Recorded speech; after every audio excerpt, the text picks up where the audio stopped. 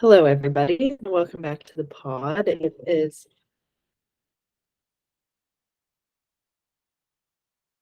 so sorry. It is a Sunday afternoon over here, and it is me doing a solo. If you're on YouTube, hey, hi, how are you? Thanks for hanging out with us. Over here, us. You can tell I'm in the habit of recording with Jess. Jess is gonna laugh because this podcast episode literally comes out tomorrow. And I'm just recording it the day before, but that is okay. Better late than never. I put up a couple question boxes on my Instagram, which would have been yesterday when I'm recording this. And I had a lot of really great questions that are more specific to the coaching I do on my end of things. So I figured I would go through a few of them on here so I can speak a little bit more in depth with the answers. I want to go through two main ones: where to start when it comes to balancing hormones and where to start when it comes to fat loss, which fat loss I know I've talked about before. And I've also talked a decent amount about hormones, but it never hurts to talk about it again. I got two really great questions on my question box yesterday. The one around where to start with hormones, and then also what differences should you be noticing when you start to balance your hormones. And if you're watching on YouTube, you would see me do air quotes around that. I don't think it's necessarily balancing hormones because our hormones fluctuate all the time and they're supposed to fluctuate all the time. But I think it's more so supporting them and making sure we're feeling the way we want to in our bodies and that our hormones aren't the ones dictating how we feel day to day. So let me find a couple questions on here. If you don't follow me on Instagram, then you probably should. But I had some really great questions come through, and I do try to every couple of weeks go through and let you guys ask me questions and kind of give some free coaching over there as well. So one of the questions I got was, what is hormone balancing and how/where do I start? Which I think is a great question because I think balancing hormones and talking about hormones in general is very trendy these days. And then we kind of get caught up in the idea of like, is that something I need to be focusing on? Is that something I need to care about? And the answer is no. If you don't want to, you don't have to. If you think you live life day to day with minimal issues, cool, keep doing your thing. But if you're sitting there day to day struggling with energy and gut health and mood and all these other things, then that's probably your body telling you it needs some support. We just have to learn to listen. But if you go through your days day to day and you're like, I sleep well, I have good energy, I have good eating habits, I move frequently, blah, blah, blah, you're probably fine. So don't get spooked that just because everyone and their dog on the internet is talking about it, that also means you have to care about it. I think gut health was really trendy last year, and now we're shifting more to hormones in general. So part one of that question, what is hormone balancing? It's different for everyone. Like I said, it's not necessarily balancing, it's more so supporting. And that's going to look different depending on what kind of like symptoms you're dealing with, what kind of issues you have coming up, what kind of things are going to kind of go on in your body. So I would start by recognizing, are there things you're dealing with on a day-to-day basis that you don't want to deal with anymore? Are there things that frustrate you with your day-to-day life? Are you waking up not feeling rested? Are you dealing with anxiety every day? Do you have poor gut health and poor digestion? Are there things going on that are really starting to piss you off day to day? And you're like, I need to sort these out. Again, if you don't feel that way about things, then that's fine too. But are there daily symptoms you're dealing with? Tired, poor gut health, fluctuating weight, period problems, poor nutritional habits? Are there things that you've maybe just learned to deal with? Like you're like, oh, I'm a mom, so I'm just always going to be tired. Or I've had painful periods forever, so that's just the way it goes for me. Are there things that you've just learned to accept and kind of be okay with? Because you don't have to do that. You don't have to.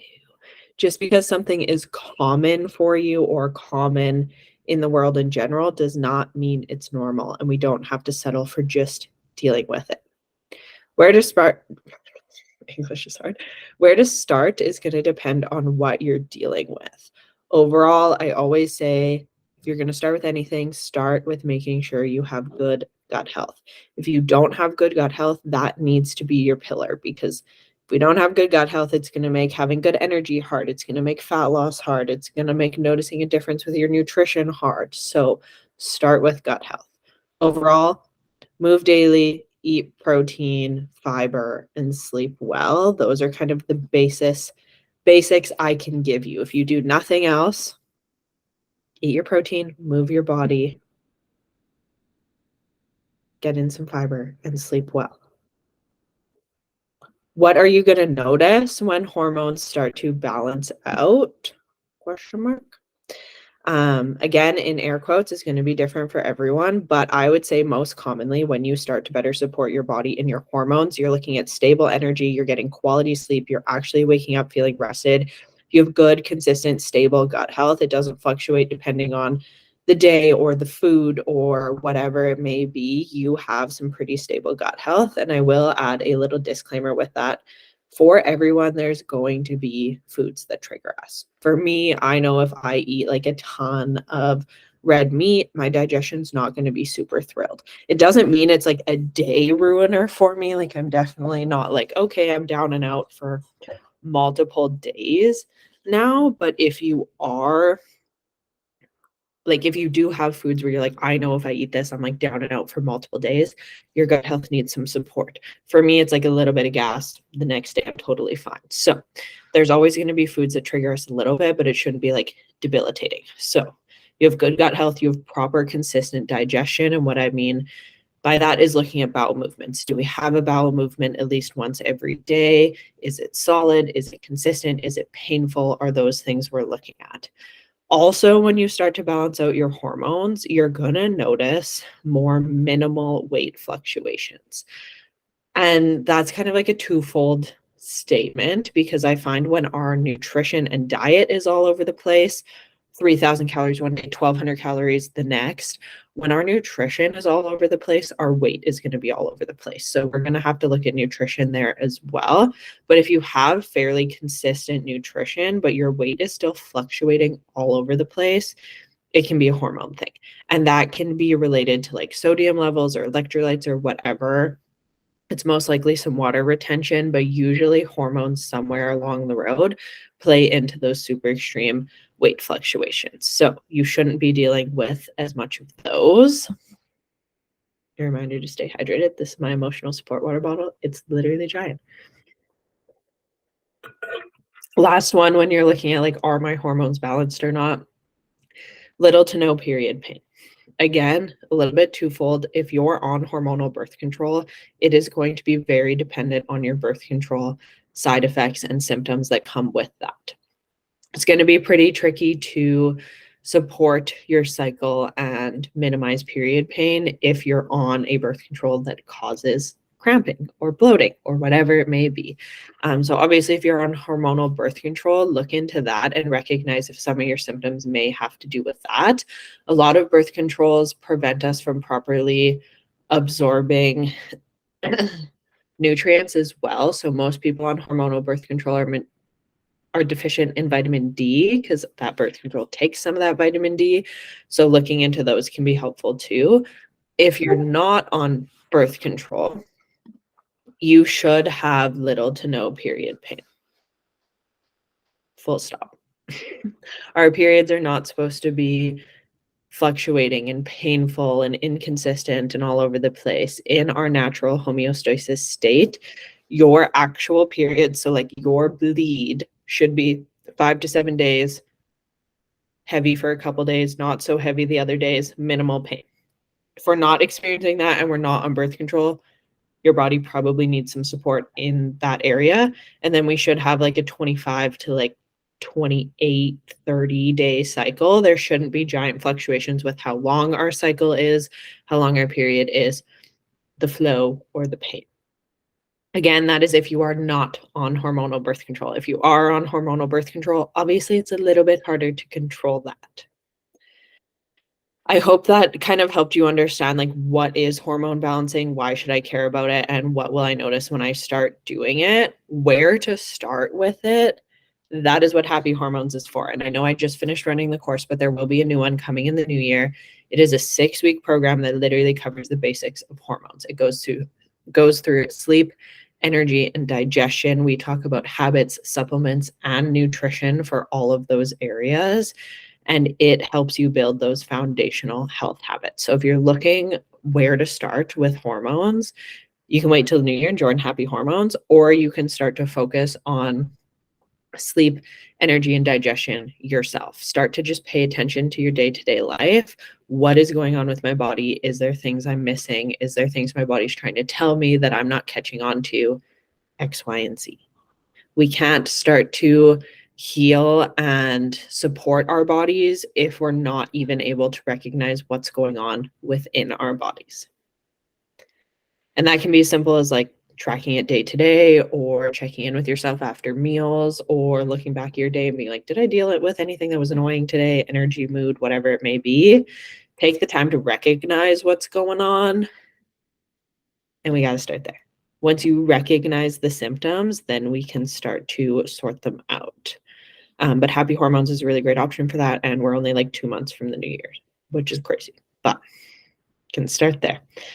I had a question, and I will give the exact scenario in case it relates to anyone. Question was, struggling to lose weight, over 40, I'm weight training 3 times a week plus cardio, and nothing's happening. I believe it's my portions. Any tips? Is calorie counting my best bet? So we're going to go through this first, then I'm going to go through the general tips around fat loss. So if you're like, I'm not over 40, that's fine. First things first, super common. Fat loss does get a little bit harder when we age, but that doesn't mean it's impossible. If you were to work with me as a client and you were to come to me and you were to say, hey, Jill, my goal is fat loss, the very first thing I would get you to do is to keep a 7-day food log. Usually through MyFitnessPal, because the more accurate, the better, but you could do it just writing it down too. But we need to understand where our current nutrition is at. How much are we eating in a day? What time are we eating those foods at? X, Y, and Z. If we don't have any information on our current nutritional habits, it's going to be really hard to improve them, whether you're tracking macros or not. And you don't have to track macros to lose fat. It's helpful, but you don't have to do it. But we need to get a really good idea of what our current nutrition looks like. Step 1, and then we can start to change our nutrition. So like I said, if you haven't yet, I would do 7-day food intake, track everything as accurately as you can without changing the way you currently eat. This is a big thing I stress to clients that come to work with me. If I tell you to keep a 7-day food log and you're like, oh God, Jill's watching, I'm going to change everything I normally eat, not helpful. The opposite of helpful. Literally 0% helpful. I need to know what your current nutrition looks like.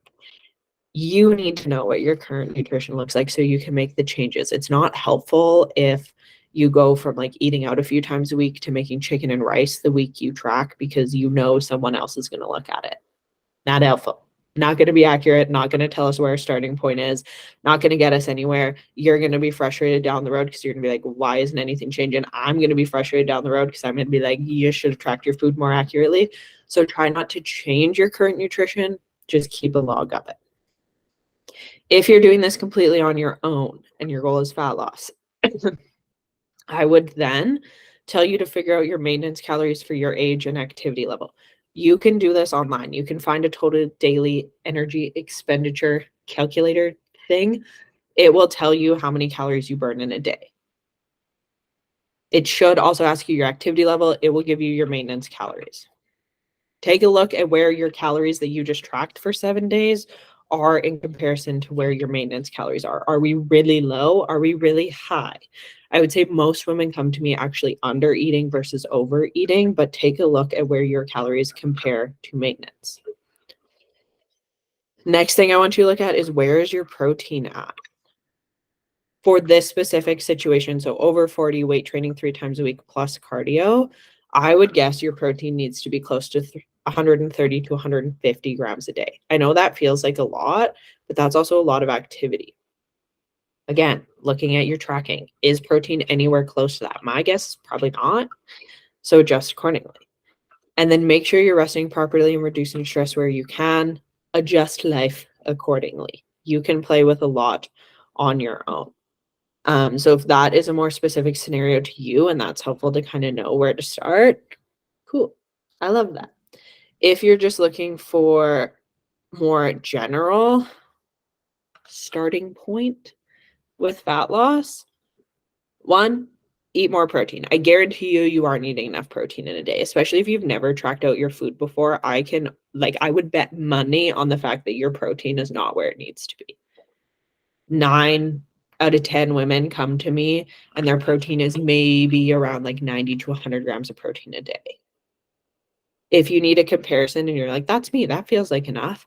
I am 5'4.5", pretty tall. I know. I work out 4 to 6 times a week. I walk my dog every day. I get over 11,000 steps every single day. I try to aim between 140 to 160 grams of protein a day. That means I'm probably almost doubling some of your protein intakes. So 100 grams of protein is not enough for most people, and especially anyone who's doing any sort of resistance training, any sort of strength training, honestly, any kind of movement in general. So eat more protein. If you need ideas on how to do that, I have an entire TikTok page that teaches you all the recipes. 2, move consistently. I don't just mean in the gym. If you're strength training 2, 3, 4 times a week, great, awesome. I love that. What are we doing the other days? If the answer is nothing, we need to change that. Go for a walk, maybe add in, like this winter, I'm going to add in going to yoga once a week, add in some different movements, add in some daily movement. Yes, strength training in the gym 2, 3, 4 times a week is great, but it's not enough. We need some sort of movement every single day. 3, sleep better. This across the board is the number one thing you can do for yourself. Get a bedtime routine. Invest in some supplements that are going to let you get some good quality sleep. If we are not resting and repairing, we cannot expect our bodies to do what we want them to do during the day. Your 4 hours of sleep probably ain't cutting it. Even if you're getting 6 to 8, but you're not waking up feeling rested, that means we're not getting good quality sleep. So try to improve your quality of sleep and the amount you get. Especially in the winter, there are tons of studies that show on average our bodies need 2 to 2.5 more hours of sleep per day in the winter. That is a crazy stat. And especially considering most of us are not sleeping enough anyways, adding 2 to 2.5 hours of sleep would literally be life-changing for most people. I understand that is not super doable for a lot. Like if you're already, especially if you're already sleeping like 7 to 9 hours a night, that's going to be crazy to get like 11 hours of sleep. I interrupt this to say it is not a flex to not be getting sleep. I see it on my TikTok all the time. People are like, oh, you think I'm sleeping 6 to 8 hours a day? I get maybe 4. You do not get a prize for getting the lowest amount of sleep. It is not healthy. It is not good for you. It is not cool. There is no prize for sleeping the least amount, and you're doing yourself dirty in the long run. There's studies that show the negative long-term health effects of not enough sleep. It can literally take years off your life. And I don't say that to scare you, but I think a lot of people have this like weird thing about sleep where they're like, I only need 4 hours. You're not better than me because you don't sleep at night. I'm the queen of sleep. I'm also at a privileged point. I should stop saying privileged. You made your choices. I made mine. I'm 26 years old. I have a dog who sleeps more than I do. So obviously life impacts our ability to sleep and the amount of sleep we can get, especially if you chose to have children. It will get better one day, I'm sure. But it's not a flex to be like, I only get 4 hours of sleep. Sleep better, get better quality sleep, get more sleep, allow yourself to rest. And outside of that, honestly, eating more protein, moving consistently, and sleeping better, the rest can come later. And the rest, I mean by like, what are we doing specifically in the gym? How far are we walking? Are we adding supplements? Are we tracking macros? The rest can come later. Of course, if you need support with fat loss, I happen to coach on that. I'm not taking any new clients until the new year, but you're welcome to reach out to me and say, hey, Jill, in the new year, I would love to be a one-on-one client with you, or I would love to join Happy Hormones, or whatever it may be. You're welcome to shoot me a message and I would be happy to put you on the wait list. Overall, if I could give you 5 pieces of advice for your health and fitness journey, it would be spend time improving your gut health first, move every day in some way. Hopefully there's some strength training in there, improve your sleep, eat more fiber, protect your energy. As a holistic coach, I focus a lot on whole body coaching. What are stress levels like? What is sleep like? What is nutrition like? What are workouts like? If you're giving and giving and giving and giving and you have no energy left for yourself, that is going to be probably the biggest reason why you're not seeing the progress you want to and why you're not getting to where you want to be. Start setting some boundaries, start protecting your energy, start vocalizing the things that you don't want to do. As a recovering people pleaser, I know that's easier said than done, but protect your energy and put it where it is going to make you better as a human. I don't mean make you smaller, get you closer to your fat loss goals. I literally mean put that energy into things that are going to make you a better person altogether. I hope this clarified kind of where to start with like hormones and fat loss and stuff like that. If you're still like, yeah, I'm confused, then shoot me a DM on Instagram. Like I said, I'm not taking new clients for any of my coaching until the new year, but I would be happy to put you on a wait list and reach out to you when I do have coaching spots open. You're always welcome. Whenever I put a question box up, I usually put an anonymous one and a regular question box. So if you're like, I'm kind of embarrassed to ask this, throw it in the anonymous question box. That's why it's there. I love when people ask me questions, because if I'm offering you the space to learn from me and ask your questions and get the support and advice you need, I love that you are brave enough to take it. Take all the space you need when I offer it. I would love to answer your questions, whether it's through DMs or in a question box or whatever it may be, or you can book a consultation call and we can chat there. If you have questions, comments, concerns, you can find me as always at coachjill.april on Instagram and TikTok. Don't DM me on TikTok. I'm never going to answer. But if you're needing recipes or meal ideas, that's what my TikTok's for. If you're needing more personalized one-on-one support, that is what my Instagram is for. Thanks so much for being here. Jess and I will be back next week together with an episode. The same way I end all my TikToks, I'm going to start ending my solo podcasts. I love you. Bye.